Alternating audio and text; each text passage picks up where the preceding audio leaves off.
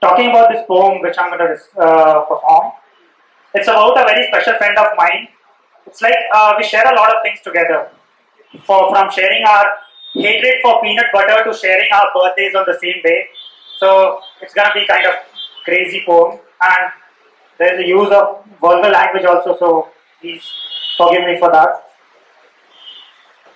Yeah, dear Tweenie, I don't know how to start to explain that you are the biggest fucking asshole in this goddamn universe. But I guess that is why we are friends, because I am no less. Okay, so let me start by telling you a few things that matter. I will keep it a little cliched because I know you hate it that way. But you see, until I don't irritate you with my words, I won't be doing justice to my verses. And yes, also because you can never get angry with me, because every time you frown, you only end up making me laugh.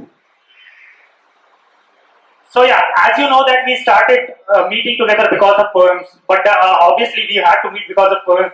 Unless we would have been just two lonely souls walking down the same lanes of anonymity without knowing each other and knowing the reasons why we existed anymore. But I guess life didn't want that from us. So yeah, as a result, we happened. From laughing together on others' stupidities to laughing at each other for no reason at all. From those endless chattering about something out of the blue, totally irrelevant in our lives, to not talking for days altogether and then a long, tight hug when we met. From writing poems, sharing it and waiting by the phone for the other to critique it, to not writing anything at all and just letting the airs of writer's block fill our pens. You were just beside me every time. This sharing went on to the next level when once you told me that we also share our birthdays. And I could not believe it at all. Because how could have I? Not everyone get a chance to say same to you on a birthday for a birthday wish. I still remember when you told me that Aditya, I guess most of the poets are born this day. But when I told you to name a few, you could only recollect two, me and you. I always knew you were a better poet than me, because I have a reason for that. Where I used to choose my words from the dungeons, dark dungeons of the gloom, you would wait for the sunlight to brighten up the horizon so that you can carefully handpick words gliding down the sun rays and make them rest and shine on the pages of your diary. And in the due course of time, while making poetry, making the garlands of poetry and performing them together, you became a very essential part of my life.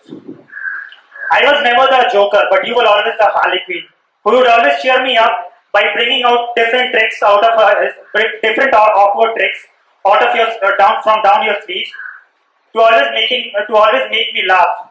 And instead of wanting to kill you, I always ended up enjoying your craziness. You were always the stupid girl, and you always laughed at it until last night, when for the first time I heard you crying. Like a few years back I did, and it was not hard to guess that someone has broken your heart.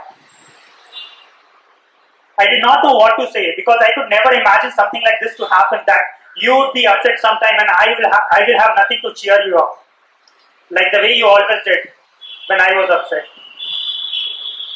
I just stayed numb and felt something terrible happening inside.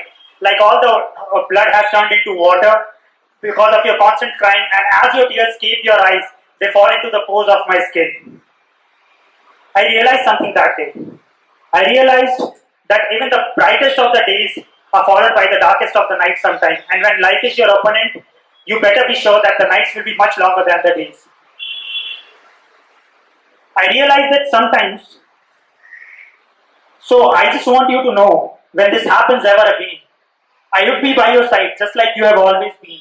And we together will kill the night by counting the stars of the Milky Way galaxy, making a secret wish over the shooting star, and also using the stardust to create more cliched poetry because I know you hate it. We'll also listen to the song of the night, with the silence will play on its tune. And as we'll be dancing over it, I'll slowly whisper in your ears, "You're the most beautiful soul the God has ever created. till now. But that doesn't change the fact that you will always be an asshole. Because I know that you can never make me, you can never get angry with me. Because whenever you try to frown, I will always laugh over it. And when I am laughing, you cannot stop yourself to laugh at it. With lots of love and endless fuck offs, your forever best partner in crime, Queenie. Thank you.